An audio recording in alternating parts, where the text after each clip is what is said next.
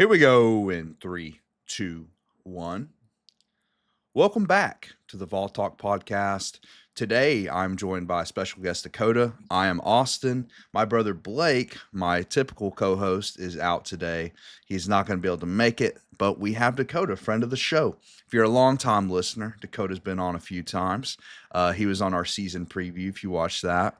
And Dakota's back today, man. So, how are you feeling, Dakota, about the New Mexico State Aggies, which is the game we are previewing today? I'm feeling good about it. Okay. Glad to be back. I wish it was for college football playoff rankings preview or live reaction stuff. Same here. Unfortunately, we're not in the position to care about where we're ranked at 25. But yeah, ready to talk New Mexico State Aggies, man. Yeah, The same Aggies we same can here, beat. dude. Oh yeah, but about the playoffs, that would have been nice. That would have been nice. We planned on doing those Would've. those shows this year, but it didn't work out. It didn't work out. Those shows were canceled right after the Oklahoma game. So Immediately taken immediately off the schedule. correct. But today we are basically just previewing the New Mexico State game. We'll go over the Vols offense versus the New Mexico State defense, and then we'll go over our defense, which has been pretty rough against the New Mexico State offense. And then we'll give our score predictions to close it out. But before we get into it, if you all could please like and subscribe to the channel. The likes help and the subscriptions obviously help. We are closing in on 1,000. We're at 909 right now. So really appreciate y'all's support. So if you could hit that sub button, that would be really appreciated. But let's go ahead and get into it, man. So Vols offense versus New Mexico State defense. And as we all know, the offense really hasn't been the issue this year. They've been able to move the ball on pretty much everyone. But there has been an issue the last few weeks, I'd say, or at least in the Alabama game and the Oklahoma game where we can't finish drives and things like that. So what are you looking for our offense in this Aggie matchup? Just an all-around good performance from the rushing game and passing game. I think, to be honest, the thing that I want to see is Aguilar bounce back. Obviously the Oklahoma game was not his best performance. Yep. Probably on paper his worst as a Vol. Agreed. So would love to see him bounce back against a team that we should be able to just score at will on. That's probably the number one thing for me. Honestly, a few plays in that game too where the offensive line kind of screwed up their assignments. Not necessarily them even doing a bad job, but like the fumble 6 was, looked like a miscommunication. So I just want to see a clean football game from the offense, both the passing and rushing game. And then honestly, the other thing I'd like to see is the young guys getting out there. Yep. Our 2 freshman tight ends. I don't know if Travis is back healthy, Travis Smith, but Rodarius was active last week, so would like to see him get some playing time. And just unfortunately, I feel like we are at that point of looking towards next year a little bit. Yeah. Some of the young guys on offense, especially. Well, next year will be exciting, dude, because this team has a ton of young talent. And that's like the one, I think, point of optimism I'm looking at from this season. Because, the season didn't go the way we wanted, and the way it could have, I think. But a lot of these dudes are coming back. I mean, we're going to lose very little talent from this offense. So I agree with you. Get some of the young guys in there. Just for a little background, or not background, so I guess behind the scenes, I met Joey Aguilar and Chris Brazel this week at Sports Treasures. And I gave Joey some words of encouragement. I think I told him that we call him the fireman here on the show. So I think Joey's going to be locked in the rest of the year.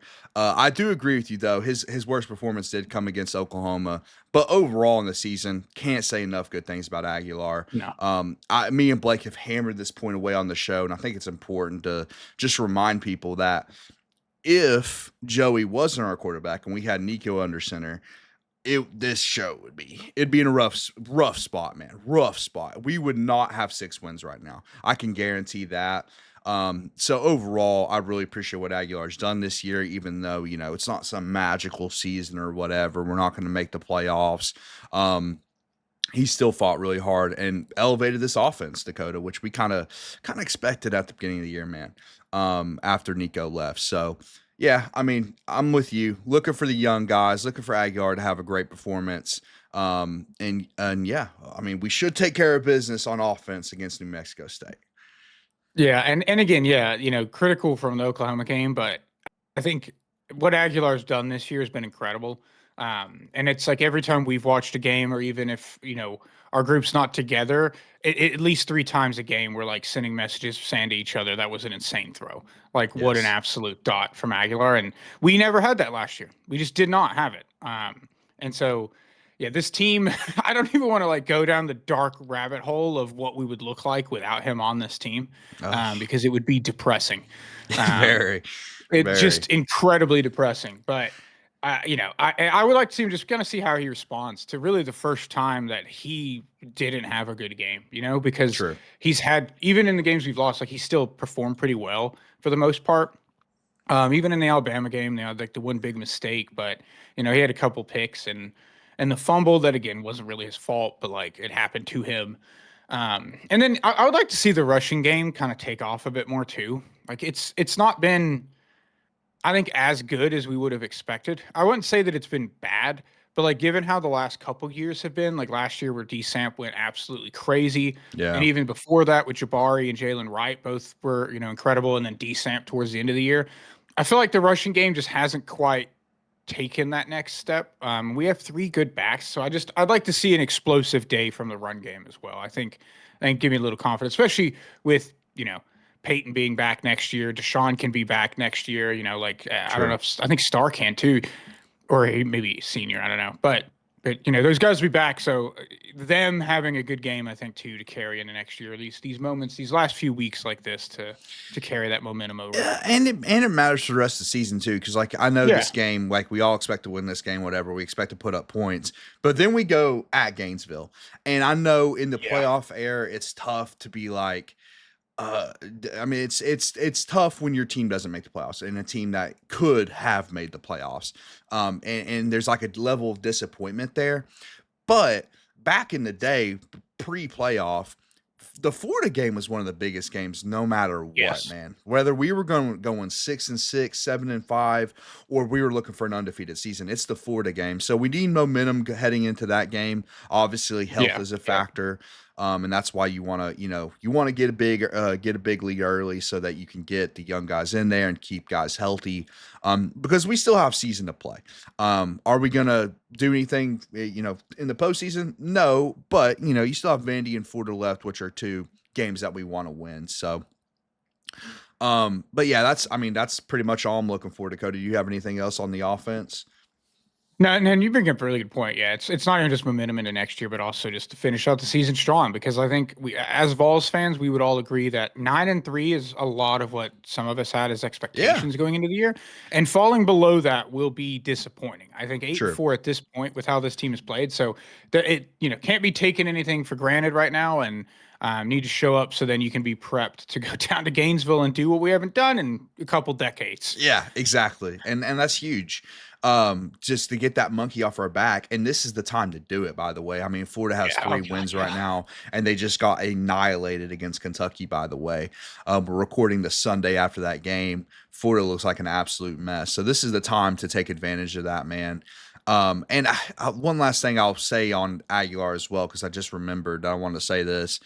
I see a lot of our fans buying into what some of the big time college football heads are saying, which is, well, they got a new quarterback in the spring. Like, let's give them a break. People, we have to look at the individual games this year. Okay, individually, we all know the Georgia game and the Oklahoma game were very winnable games that we probably should have won.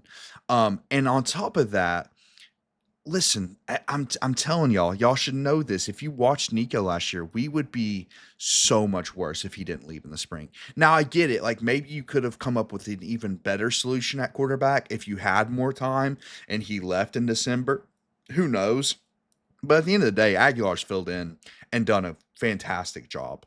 The offense hasn't been the issue. And we No. know that. I mean, if you watch this team, you know that. So I would encourage people to stop spouting that.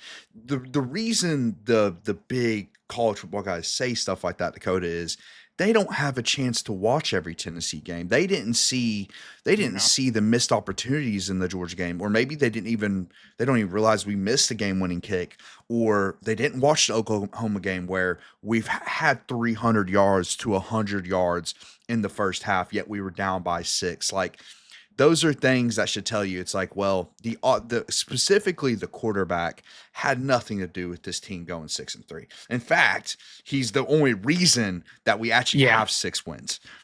He's everything that led to having the 6 wins that the team does have. And Exactly. yeah. And my last thought on the just, we're gonna throw some before we move into defense, talking Tim Banks, some small slander here before. New Mexico State total defense, yardage wise, better than Tennessee on paper. And then points per game, they give up 6 points less per game than the Vols do. Yeah, that's a good transition. Let's get into this defense, man. It's been tough, dude, because I remember having the conversation with you before the season, Dakota, and what did we say about the guys we lost? If you look at the guys we lost in the draft, the big conversation point was how do we replace the pass rush Yep. production of James Pierce and Omar Norman Lott? And my problem with the defense this year, man, is that you've done that. You've done that. That's not even been the real issue.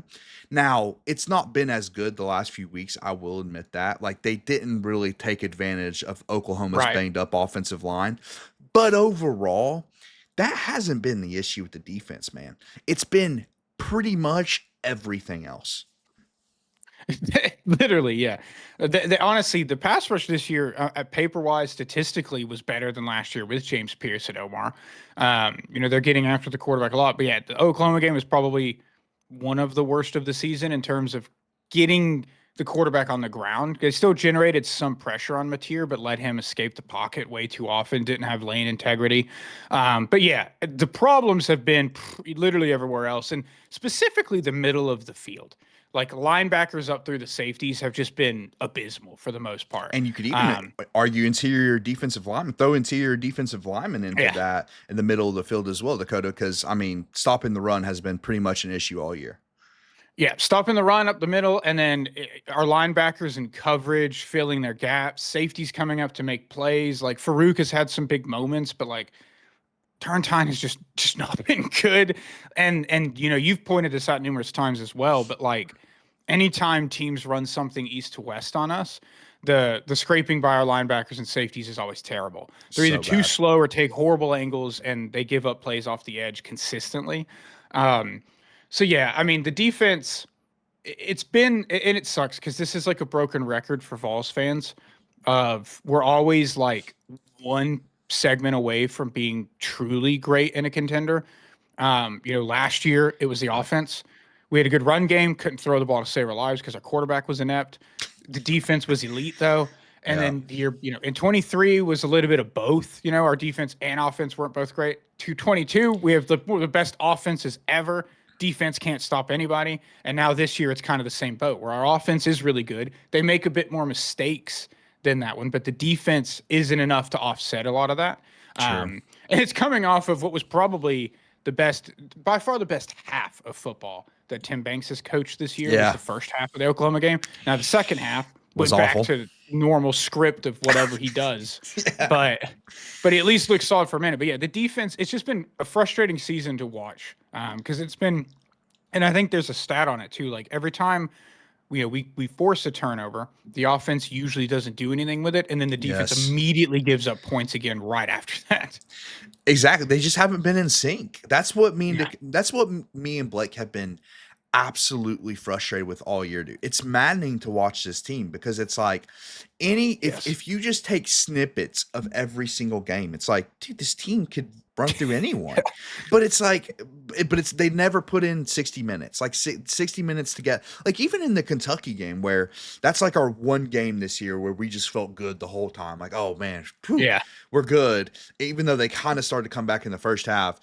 But even the defense in that game, man, it's like you made Cutter Boley look like a first ballot Hall of Famer. It's just like it's just I'm out. The defense has been inexcusably bad this year, man. At this point, and I wonder, Dakota, in retrospect, because our defense carried us last year. That's a fact. Our defense Yeah. carried us last year.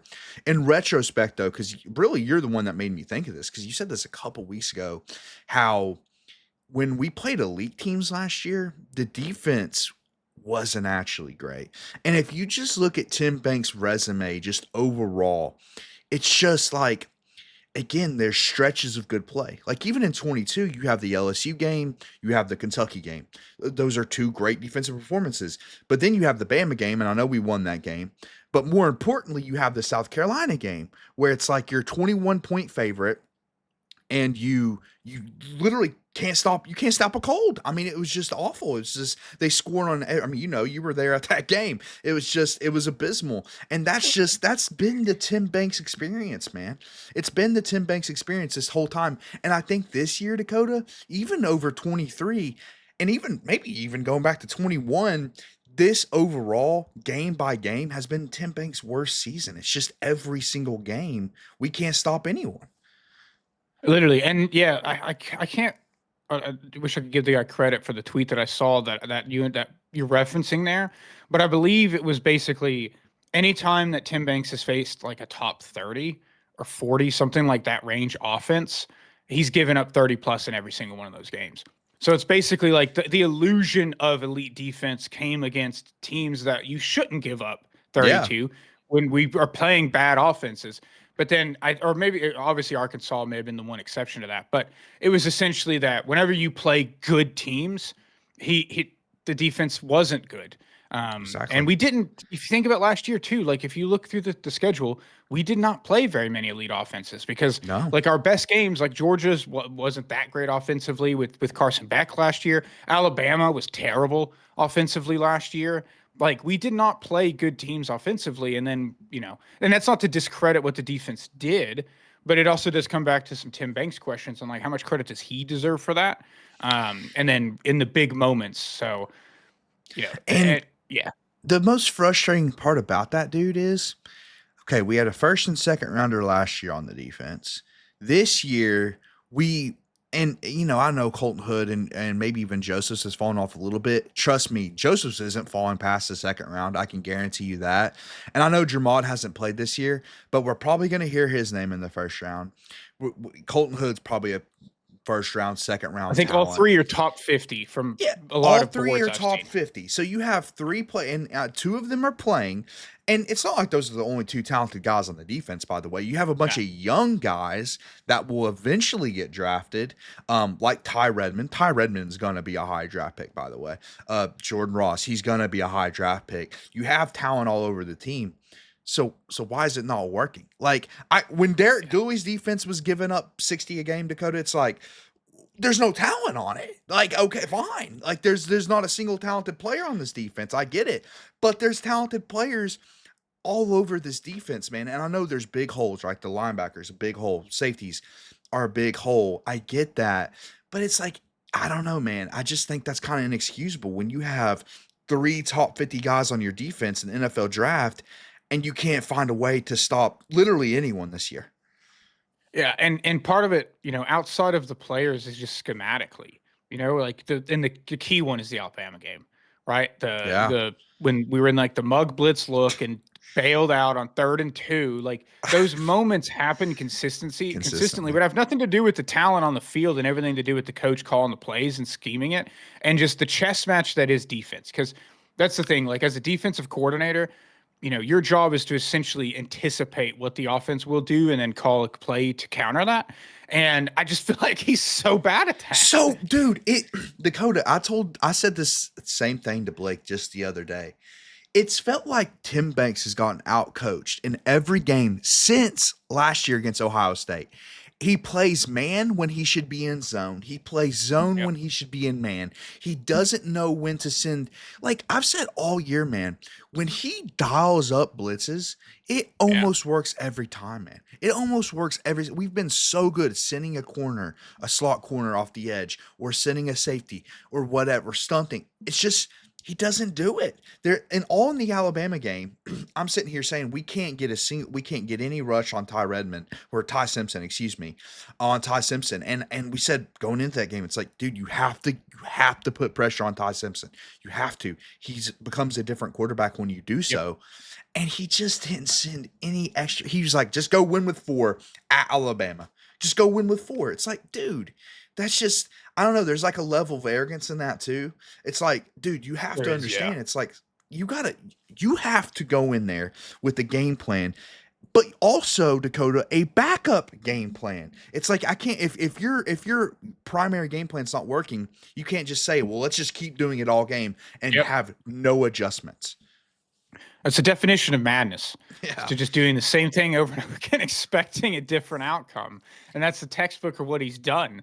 Yes. Um, and it's you could, I mean, I'm sure somebody has, but like the highlight tape you could make for the specific moments, and there's some where we didn't even get scored on where we could have. I think it's well, no, the Arkansas game was a good example where we had our corners 12 yards off the ball on Yeah. like 4th and 8 or whatever.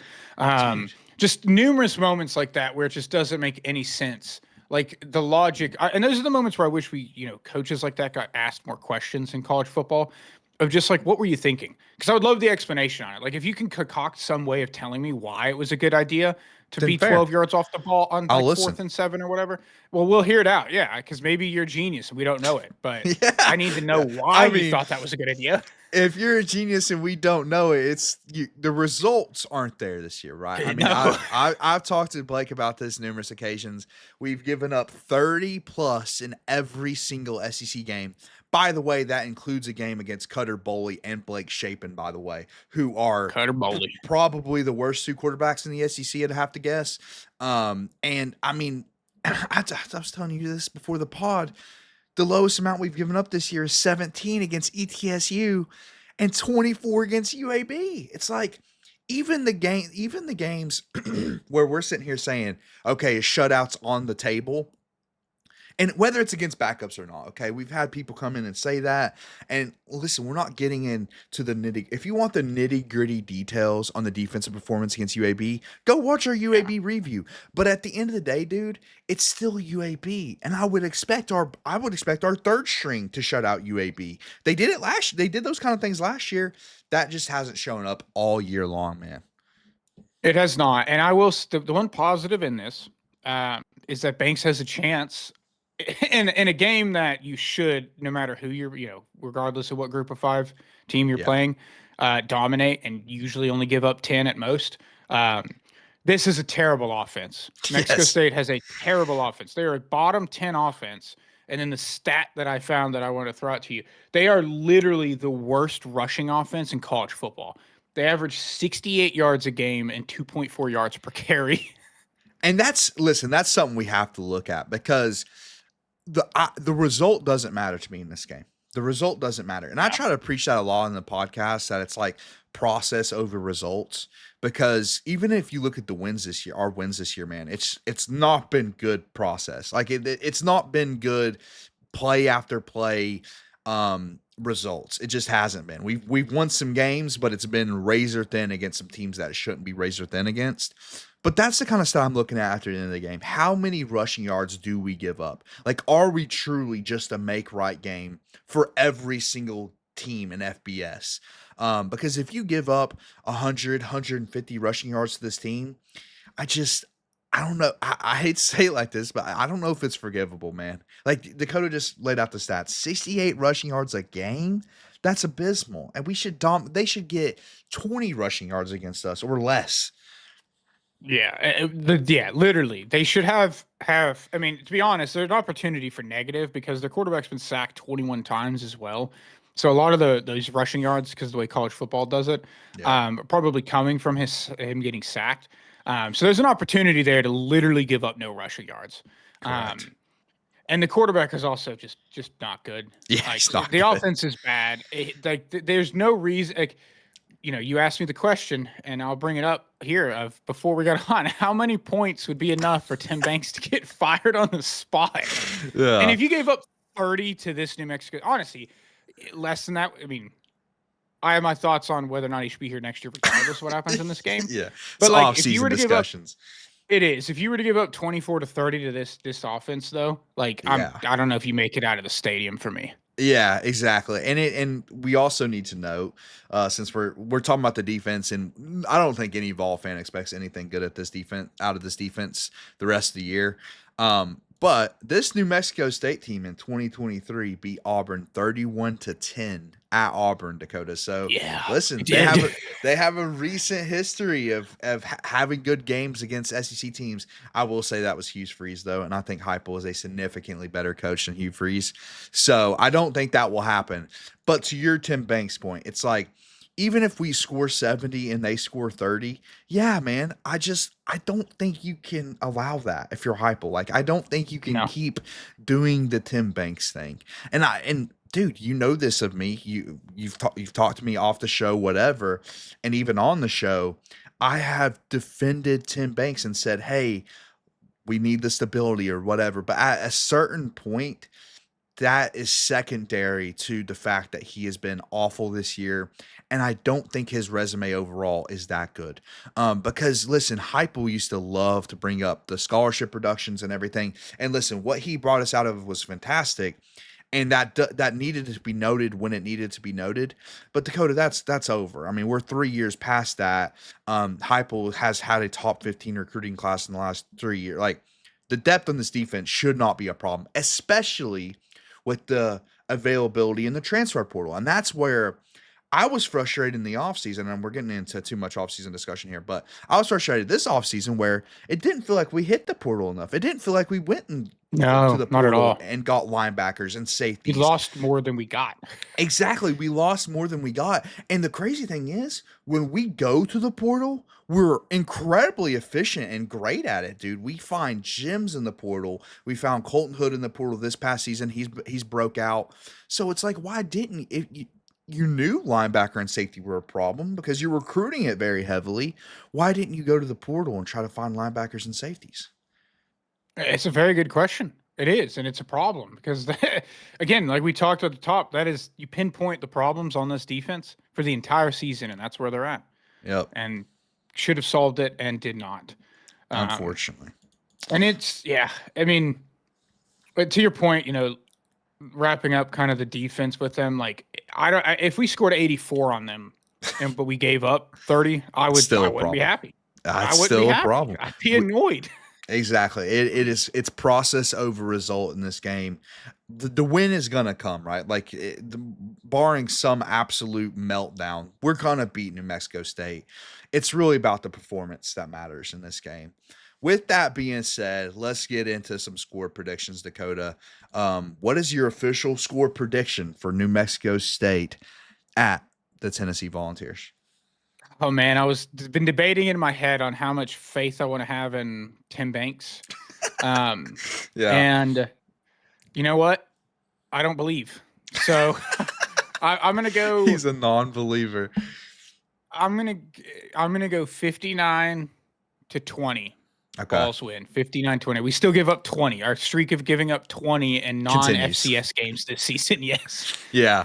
Yeah, exactly. That's where I'm at with it too, man. Like I just can't see this defense pitching a shutout. Like what evidence do we have this defense is going to play well? I do think the offense is going to cook though. I believe in our offense every single week, no matter who we play.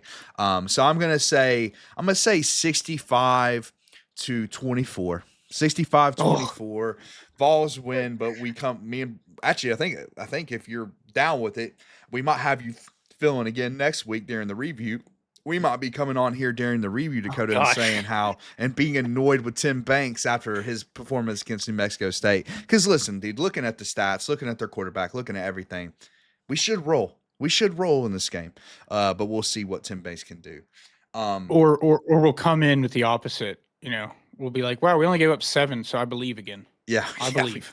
We gave up 7 to New Mexico State. He's back. I don't know if we can sweep everything else under the rug, but we'll see. We'll see.